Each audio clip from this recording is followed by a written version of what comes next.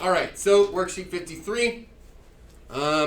This whole front side, these are all perfect squares, right? So if we're using note sheet number 2, all of our answers are right here.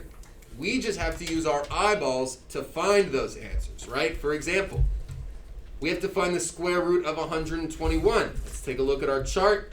I'm going to try and find where the square root of 121 is. Oh, look, it's right there.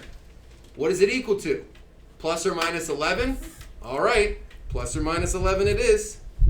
And I think I asked you yesterday to at least do a little factor tree underneath your number like that, right? But that's really all the work that you had to show here. It's not much work to show.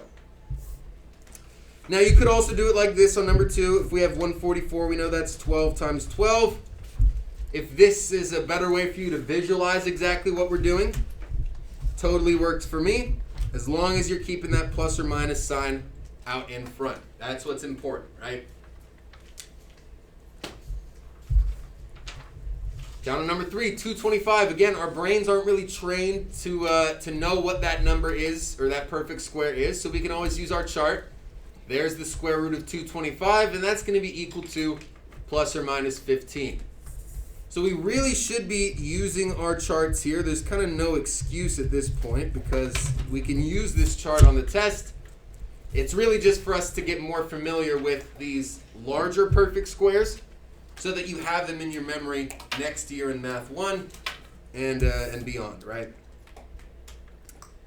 Okay, now when we have a negative sign in front, just like we talked about in the warm-up, we're going to treat this like normal.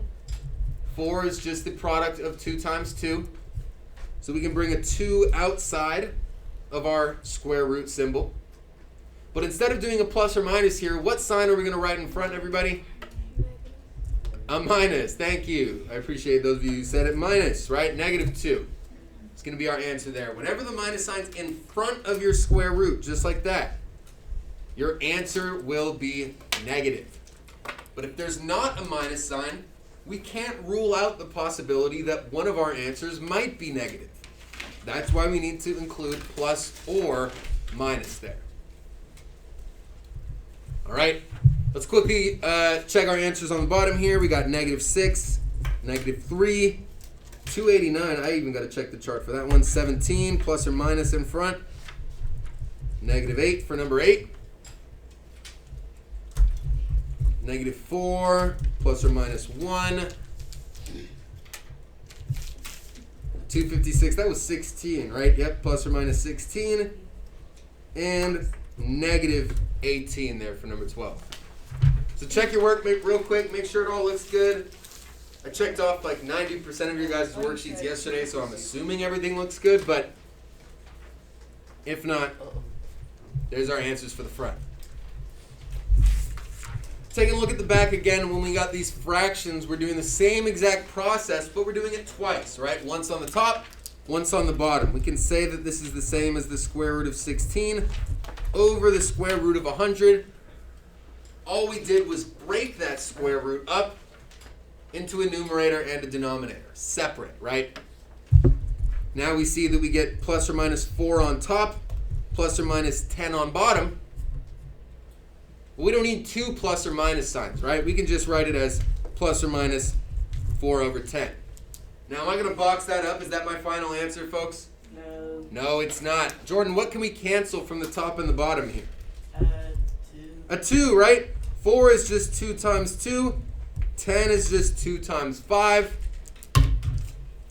We can group up those factors in common and cancel them out.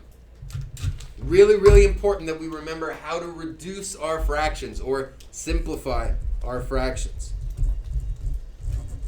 Plus or minus 2 over 5 is what we get.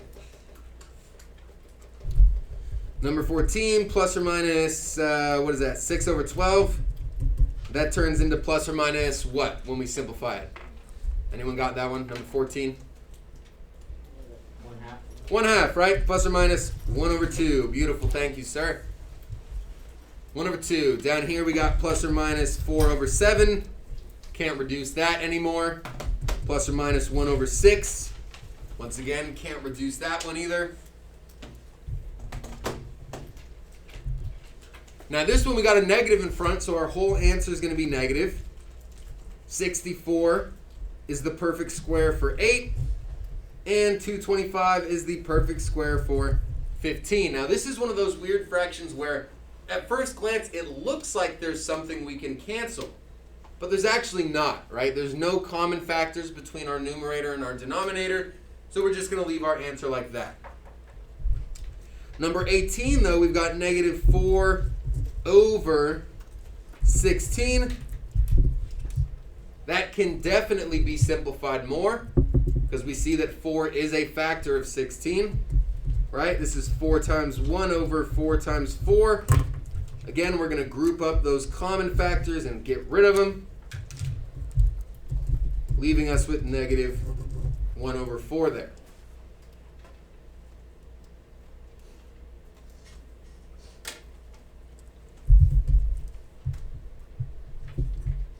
Now, if what I'm doing doesn't make sense or you have any questions, as always, please stop me so I can talk about it. But like I said, I feel like we're feeling pretty confident with this.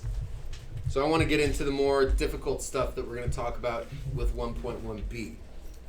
64 over 4, that turns to 8 over 2. When simplified, we get plus or minus 4. Over here, we've got negative 10 over 15. Once we simplify, that'll be negative 2/3.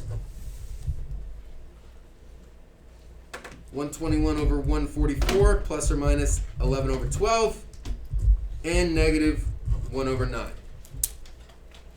The more practice you guys get with this, the quicker you're going to be, or the quicker your brain is going to move once you see these special perfect square numbers. Now what we're going to talk about today is not so perfect squares, where we're going to look for identical factors to bring out of the square root, just like we did yesterday, but now we might have something left over on the inside of our square root. So we'll take a look at what that looks like here in just a second.